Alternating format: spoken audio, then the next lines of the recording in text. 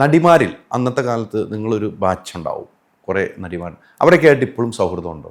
അന്നത്തെ ആൾക്കാരെന്ന് പറഞ്ഞാൽ അന്ന് ഈ ഫോണും മൊബൈൽ ഫോണൊന്നും ഇല്ലല്ലോ. സിനിമ കഴിഞ്ഞാൽ നമ്മൾ പിന്നെ അവരെ കാണുന്നില്ല, വിളിക്കുന്നില്ല, ഒന്നുമില്ല, പിന്നെ അടുത്ത സിനിമയ്ക്കേ കാണുള്ളൂ. അങ്ങനെ വലിയൊരു സൗഹൃദം ആ കാണുമ്പോഴുള്ള മാത്രം. ഇപ്പോഴത്തെ കുട്ടികൾക്കാണ് അതൊക്കെ കിട്ടുന്നത്. പോയാലും മൊബൈലുണ്ട്, അവരൊക്കെ യാത്ര പോകുന്നുണ്ട് പലരും ഒരുമിച്ച്. അപ്പോൾ എനിക്ക് തോന്നുന്നത് ലൊക്കേഷനിൽ സൗഹൃദം കൂടുതലുണ്ടെങ്കിലും അത് കഴിഞ്ഞാൽ വളരെ കുറവായിരിക്കും പണ്ട് എന്നാണ് എനിക്ക് തോന്നുന്നത്. പണ്ട് അങ്ങനെയാണ്. അങ്ങനെ ഏറ്റവും സൗഹൃദം ഉണ്ടായിരുന്ന ആളാരായിരുന്നു? അങ്ങനെ എനിക്ക് ലളിത ചേച്ചിയൊക്കെ ഉണ്ടായിരുന്നു ആ സമയത്ത്. എനിക്ക് ഒന്നാമത് സിനിമയിൽ വല്ലാത്ത കൂടുതൽ സൗഹൃദം എനിക്ക് ആ കാണുമ്പോഴുള്ളതേ ഉള്ളൂ. പിന്നീട് കൂടുതൽ എടുത്തു പറയാനുള്ള പേരുകൾ എനിക്ക് വളരെ കുറവാണല്ലേ?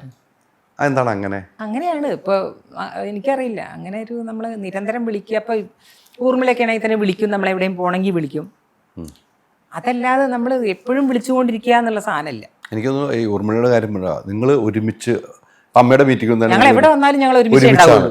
അപ്പൊ ആൾക്കാർ ആയിരിക്കും നമ്മൾ നിരന്തരം വിളിയും സംസാരവും ഒക്കെയാണ്. അങ്ങനെയില്ല. പക്ഷെ എന്ന് കാണുമ്പോൾ ഒരേപോലത്തെ സൗഹൃദ. ഞങ്ങളെ രാഷ്ട്രീയം തന്നെ ഭയങ്കര വ്യത്യാസമാണ്. അതുകൊണ്ട് രാഷ്ട്രീയം പറയല്ല, മനസ്സിലായില്ലേ?